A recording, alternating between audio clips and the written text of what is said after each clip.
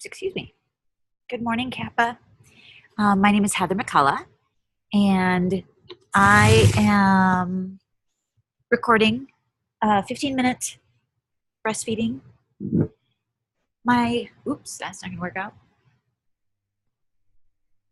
I'd intended to do this as part of a class that I was going to teach on Wednesday night, but I ended up going to a birth instead, so we'll get the recorded version instead of the live version. So again, my name is Heather McCullough, and I'm applying for the CAPPA certified lactation educator, and then also the CAPPA lactation educator faculty for the Chicago area, Midwest. So my objective today is to assist families in identifying some of the signs of breastfeeding readiness, and specifically looking at the first hour or the first couple of hours when families are immediately post-birth. And so for my teaching today, I have what we're going to consider a baby blanket, baby and breast. So when we're talking about these newborns, we are so excited to learn and identify some of the innate behaviors that they have around breastfeeding and the skills that they come to us already. So some of the breastfeeding behaviors that families will want to identify might be a baby who begins to open up their fingers and kind of grasp. They might even start grabbing at mom's chest a little bit within that first few moments of birth or first 20 minutes or so. They also will start to stick their tongue out a little bit, just kind of like tasting the air. Then another reflex that they have is the stepping reflex. This is really important. The stepping reflex is where when a baby's foot is touching a surface, they will lift their foot. And this is how they do what's called the breast crawl. So when babies are in that postpartum window, they're actually capable of crawling to the breast. And they use that by doing essentially an army crawl process. They will plant their forearms, and then they'll kick with their feet to move up towards mom's breast. And so the stepping reflex, the palms, the sticking their tongue out a little bit. Another thing that they can do is they can smell very well, and they actually are very attracted to the smell of mom's breast, her nipple. It smells like home. They identify it as something that they want to get close to. And when they do, we'll see them first start to just turn their head a little bit.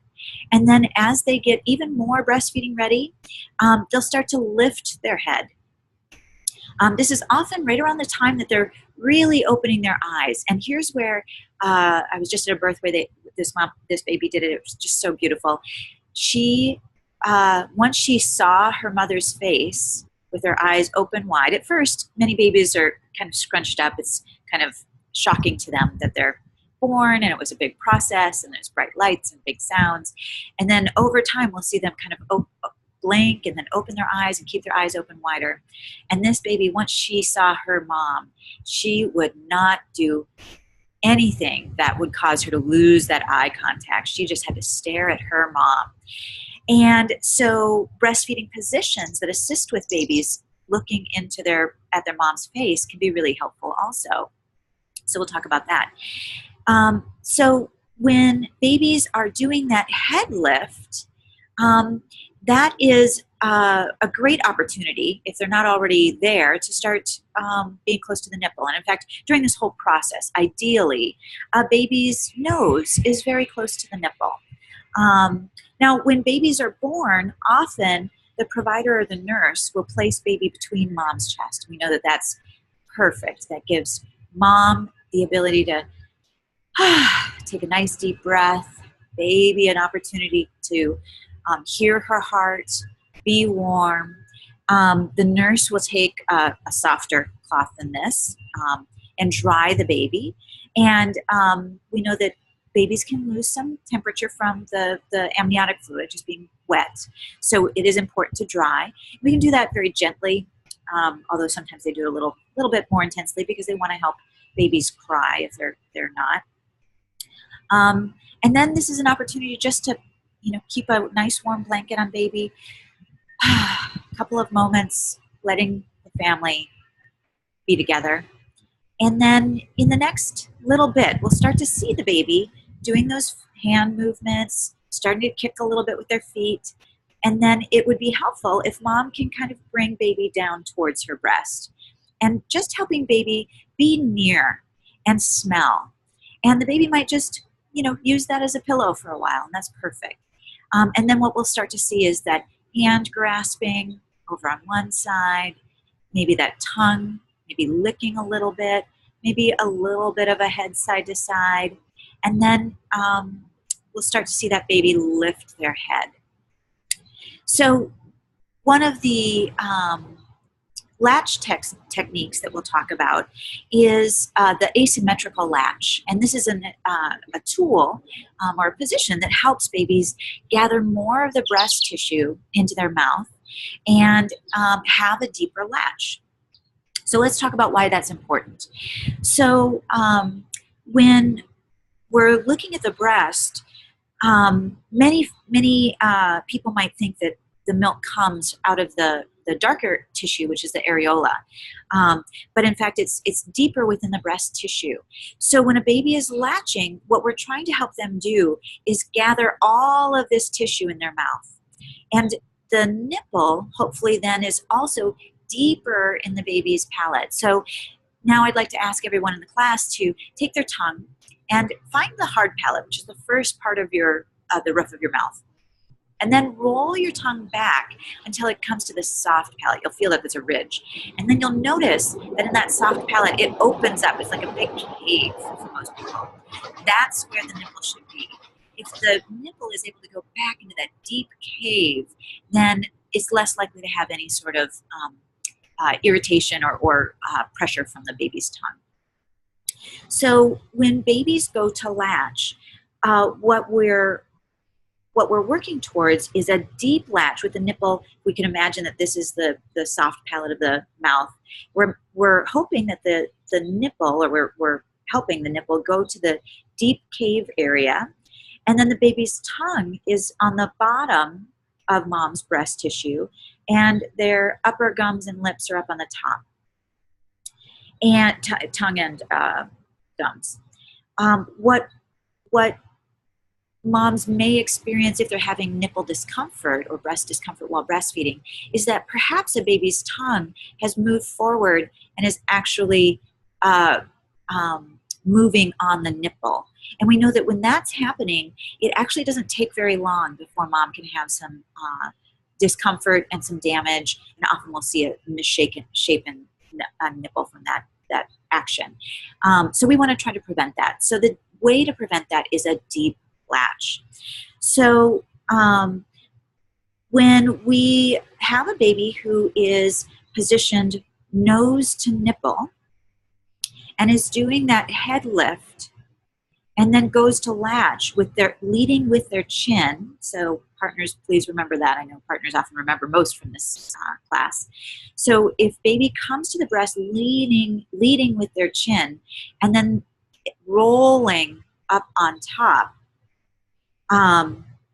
with their chin firmly planted, this obviously isn't working as well with a fabric breast, then the nipple is going to go much deeper into their mouth, and the baby's going to have a much deeper latch. So when we're working with babies and breastfeeding, like I mentioned, babies really love that eye contact. They also love pressure on their feet. They love pressure with their arms to be touching, and they want their hands to be mobile and useful. So how do we assist moms in doing that? Well, there's a really wonderful style called laid-back breastfeeding or baby-led breastfeeding. And it's so simple. The key to it really is that we're allowing gravity to help us, and rather than having to fight against gravity during the whole process. So in the laid-back breastfeeding position, This works so well when moms have, given birth recently. Moms are leaning back. So here you can see that the baby's on my chest and I don't need to hold the baby, that gravity is holding the baby towards me. Now, if moms can be in a position where their legs perhaps are touching their thighs or mom's belly, and then mom can be nose to nipple, and baby can kind of be looking up at her, then we can see that gravity will really help that baby come onto her breast deeply because gravity is assisting. And then what we find also is that that latch is generally a little bit deeper and baby's able to sustain it longer, especially in that first couple of hours where babies are kind of getting the hang of it. What we can see is in some of the more traditional breastfeeding positions, because, looking at this version of some cross body hold, that gravity is going to be consistently trying to pull mom and baby away. And mom's going to have to use her muscles to kind of keep baby towards her and tight in. And baby actually has to use a little bit of their muscles to keep a good latch here. So if we can just lean back, then baby can do that same position and continue to use their reflexes of the stepping and the crawling in their hands. So when we're looking at this first hour of breastfeeding, or even the first 2 hours, it's not unusual to see that babies are doing an on-again, off-again behavior where they'll latch, maybe suck a couple of times, then come off, and that's very, very common. So I encourage people just to understand that babies are learning. This is just the first step in their process. And then often the next day is where the latch will get more consistent, longer and deeper. Some babies, of course, as soon as they meet the breast, they're very excited and stay on the whole time. But other babies, it's not unusual to see that on again, off again. So how would we identify a deep latch? How would we identify a latch that a baby is going to get colostrum from and then breast milk from? Well, the couple of things that we're going to look at, first when we look at baby, we would be looking at their lips. So we want to see what's called phalanged lips or fishy lips. So we would want to see as much of the brown of the upper and lower lip surrounding mom's breast tissue as we can. Every once in a while, you might notice that a baby's lip might get rolled in. And when that occurs, that's often a more shallow latch and perhaps something that you want to disengage and try again. The other thing that we're going to notice in baby's anatomy is jaw movement. Here by baby's ear. When baby is doing great squeezing with their jaw, which is going to help transfer milk from mom's breast into their mouth. And that's the most efficient way to do that. Sorry about the train. When they are doing that deep jaw motion, that also means that they have a good suction, right? So they're creating pressure that's helping them transfer the milk. So you'll see their little jaw up by their ears moving. So another sign that would mean that we need to disengage the latch would be dimples. So if a baby is sucking in on their cheeks, then that is a very shallow latch and often right on the nipple if that's occurring. So also an opportunity to disengage and try again. So signs on a mom's breast that we might be having a latch that isn't very effective could be perhaps if we're seeing a great deal of mom's areola. Of course, there's a lot of variation. Some women don't have very much areola. Some women have very large areolas. So, we wouldn't say we need baby to take all the areola in because for some women that would be impossible. But we do want to see that baby definitely has a lot of that tissue in their mouth. If baby comes off, a sign of a baby who had a shallow latch is mom having a compressed nipple. Often it looks like the top of a lipstick tube, kind of an angled, sliced piece. Not sliced, obviously, but bent or compressed. So that would be a sign that the baby just didn't get enough. So mom now knows that she can look for a little bit deeper latch next time. So how do we take a baby off the breast? You want to be a little bit I don't want to say aggressive, but you definitely want to be active in that process. If we just take the baby off by just pulling the baby away, just bringing the baby away, what we can see is that as they leave, they're really doing some not pleasant things to the nipple. So there's another idea called rescue the nipple. And rescue the nipple means that a mom would compress her tissue with her index finger while baby is still attached. And she would reach inside and just follow her nipple. And this process is going to break the latch, and the baby will just end up coming off because she or he can't get enough of the latch. One thing that I didn't address is touching the baby, right? So, of course, parents know how to touch their baby, and we can just follow their leads. But there are a couple of things that can help when we're supporting a baby around breastfeeding. One of those things is where we touch them. So specifically, if we can touch them on the upper back and just at the low part of the head here and support this, because of course babies have very strong necks. They just don't have a lot of control. So if we're not supporting them well, we might see them kind of fall backwards a little bit. So we just want to hold on the back of their head. Babies don't like touch on the top of their head, and specifically right here, there's actually a reflex where babies, when they're touched here, will actually want to pull away, which is exactly what we, probably are not looking for with breastfeeding. So sometimes I'll see nurses in the hospital, well-meaning, trying to help with breastfeeding, and they'll just push the baby's head here. But you can see that the baby's actually trying to resist because that's causing a reflex in their bodies to try to pull opposite direction. So again, upper shoulder, low part of the head, below the ears is kind of an easy way to look at that landmark. And again, laid back breastfeeding. So let's talk about laid back breastfeeding a little bit more. Laid back breastfeeding is something that we encourage people to use as much as they can. One of the great benefits, of course, is less energy use for both moms and babies. That you can serve so much while they do this. Moms can have both hands available to do other things when babies are nursing. And often it allows moms and babies to get more rest. So in the laid back breastfeeding, unfortunately I didn't bring the props up, but with laid back breastfeeding, one of the keys is just lots of pillows, lots of support, right? Pillow underneath mom's back, behind her head, under each arm. She can just really relax into that position. Find that position first so that she knows that she can be comfortable here for a long period of time.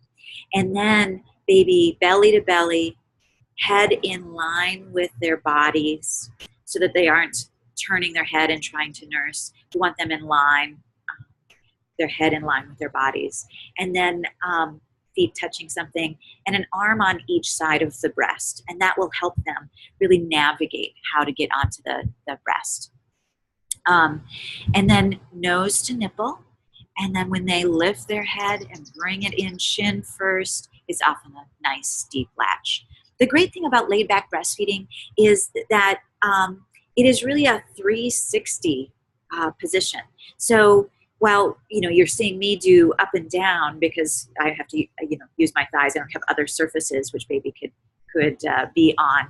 But if we had those pillows and if we were in a nice big comfy chair, baby could be over here, baby could be up over mom's shoulder, across the shoulder, other side. So there's a lot of opportunities for this. In fact, one of the great ways to help moms with multiples nurse is one can be up over mom's shoulder, or both can be up over mom's shoulder. She can do this while she's laying in bed, which is such a time saver, energy saver, really beneficial for moms and babies. And with that laid back breastfeeding, we're really just working with the innate behaviors of babies and moms, and allowing both mom and baby to gather rest and energy during the process. I'm going to pause for just a second.